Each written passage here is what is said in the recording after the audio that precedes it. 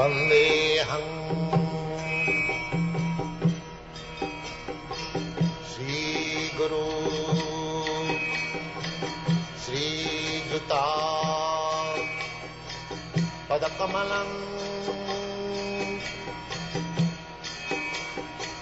Sri Gurum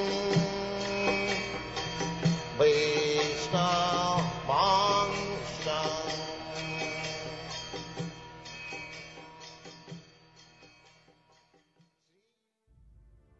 Ce qui suit est une lecture littérale du Srimad Bhagavatam de Srila Vyasadeva. Cet ouvrage, appelé aussi Bhagavad Purana et qui compte 12 chants, constitue le commentaire naturel du Vedanta Sutra et a été traduit en français par les disciples de sa divine grâce, Bhaktivedanta Swami Srila Prabhupada, Acharya fondateur du mouvement international pour la conscience de Krishna.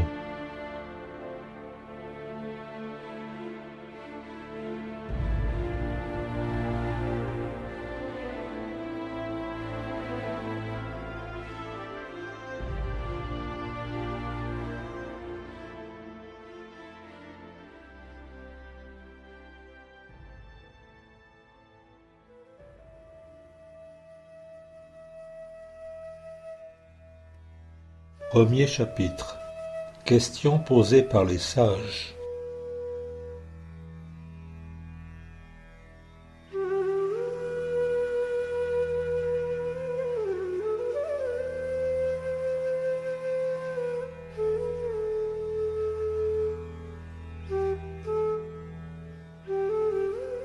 Je rends mon hommage à Shri Krishna, au fils de Vasudeva, qui est Dieu, l'omniprésente personne suprême.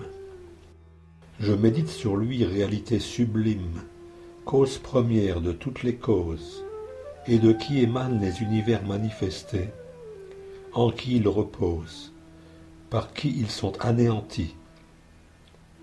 Je médite sur lui, Seigneur au rayonnement éternel, qui a directement et aussi indirectement conscience de toute manifestation, et pourtant se situe au-delà de toutes.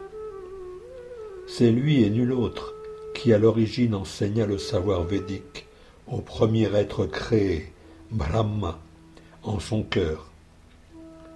Par lui, ce monde qui est un simple mirage prend apparence tangible, même pour les grands sages et les dévas. Par lui, les univers matériels, produits illusoires des trois gunas, semblent l'image même de la réalité.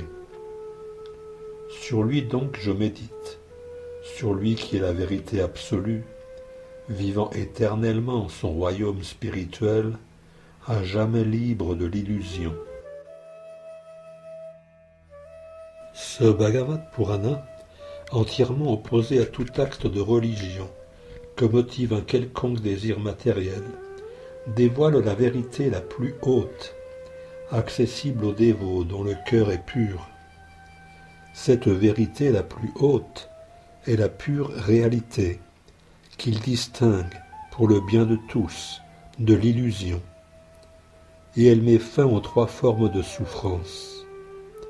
Ce magnifique Bhagavatam, compilé par le grand sage Shri Vyasadeva, suffit en lui-même à conférer la réalisation spirituelle, la réalisation de Dieu. Et celui qui écoute son message de manière attentive et soumise s'attache dès lors fermement au Seigneur suprême. Sachez, hommes d'intelligence, que le Srimad Bhagavatam représente le fruit mûr de l'arbre à souhait des lettres védiques.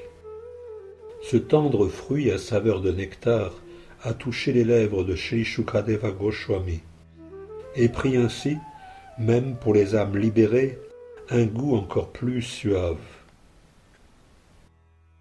Autrefois, de grands sages conduits par Shonaka s'assemblèrent en un lieu saint, dans la forêt de Naimisharanya, en vue d'accomplir pour la satisfaction du Seigneur et de ses dévots un grand sacrifice qui devait se poursuivre pendant 1000 années.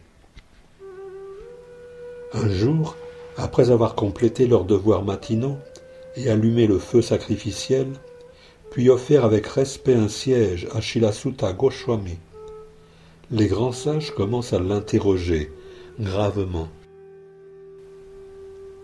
Les sages lui disent « Ô vénérable Sutta Goswami, tu es totalement affranchi de tout mal, et tu maîtrises le savoir de tous les écrits spirituels, des Puranas et des Itihasas, car tu les as étudiés de la belle manière, auprès d'un maître qualifié, puis tu les as expliqués de même.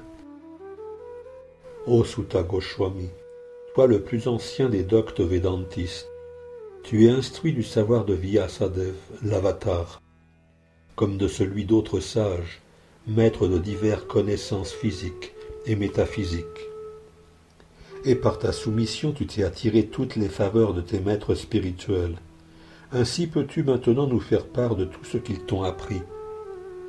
Nous te prions donc, ô toi qui as jouissance d'une longue vie, révèle-nous ce que tu considères être pour tous les hommes le bien ultime, le bien absolu. Dans cet âge de fer, âge de Kali, ô docte sage, les hommes ne vivent que peu d'années. Ils sont belliqueux, indolents, égarés, infortunés, et par-dessus tout, constamment troublés. Il existe une grande variété d'écritures, qui toutes prescrivent d'innombrables devoirs pour l'homme. Or, même en procédant par ordre, il faut des années nombreuses avant de pouvoir prendre connaissance de toutes.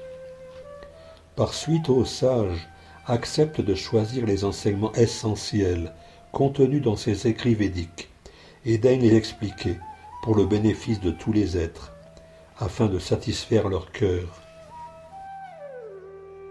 Sois béni, ô Sutta Goswami, toi qui sais les raisons de l'avènement du Seigneur suprême comme fils de Vasudeva dans le sein de Devaki. Éclaire-nous, ô Sutta Goswami, nous qui en exprimons le plus vif désir, sur le Seigneur suprême et sur ses avènements. Car ce savoir, transmis par les précédents acharyas, sert le bien et l'élévation de tous ceux qui lui prêtent l'oreille. Les êtres, empiégés dans le terrible filet des morts et des renaissances, peuvent aussitôt s'y soustraire en chantant, fût-ce de façon inconsciente, le saint nom de Krishna, que redoute même la terreur en personne. Ô Sutta Goswami, les grands sages qui ont entièrement pris refuge aux pieds pareils au lotus du Seigneur peuvent d'un coup sanctifier quiconque vient à leur contact, quand les eaux du Gange ne purifient qu'après un long usage. Qui, désireux de se soustraire aux vices de l'âge de Kali, refuserait d'entendre les gloires du Seigneur? Grands et nobles sont les actes absolus, purement spirituels du Seigneur.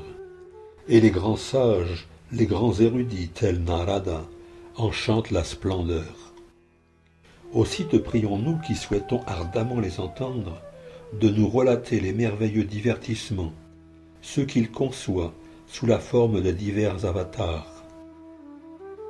Ô sage Sutta Goswami, daigne nous dépeindre les activités sublimes des multiples formes du Seigneur suprême, heureux divertissements et aventures, toutes accomplies à travers ses puissances internes. Jamais nous ne serons las d'entendre les divertissements sublimes du Seigneur suprême, Dieu, dont tant d'hymnes et de prières chantent les gloires. Les êtres qui ont développé en eux une sensibilité particulière aux émotions purement spirituelles, à chaque mot tressaillent quand ils écoutent le récit de ces divertissements. Shri Krishna, le Seigneur suprême, et Balaram ont joué le rôle de simples humains.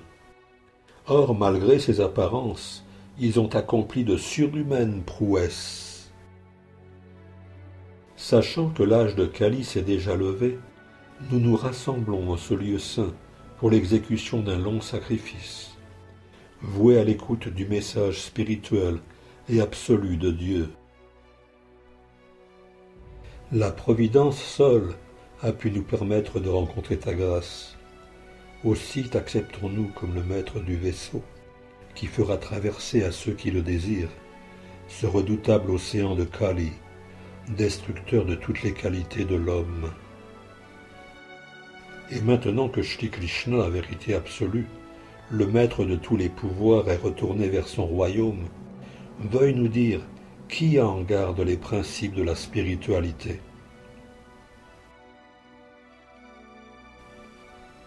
Ainsi s'achève le premier chapitre du premier chant du Srimad Bhagavatam intitulé « Questions posées par les sages ».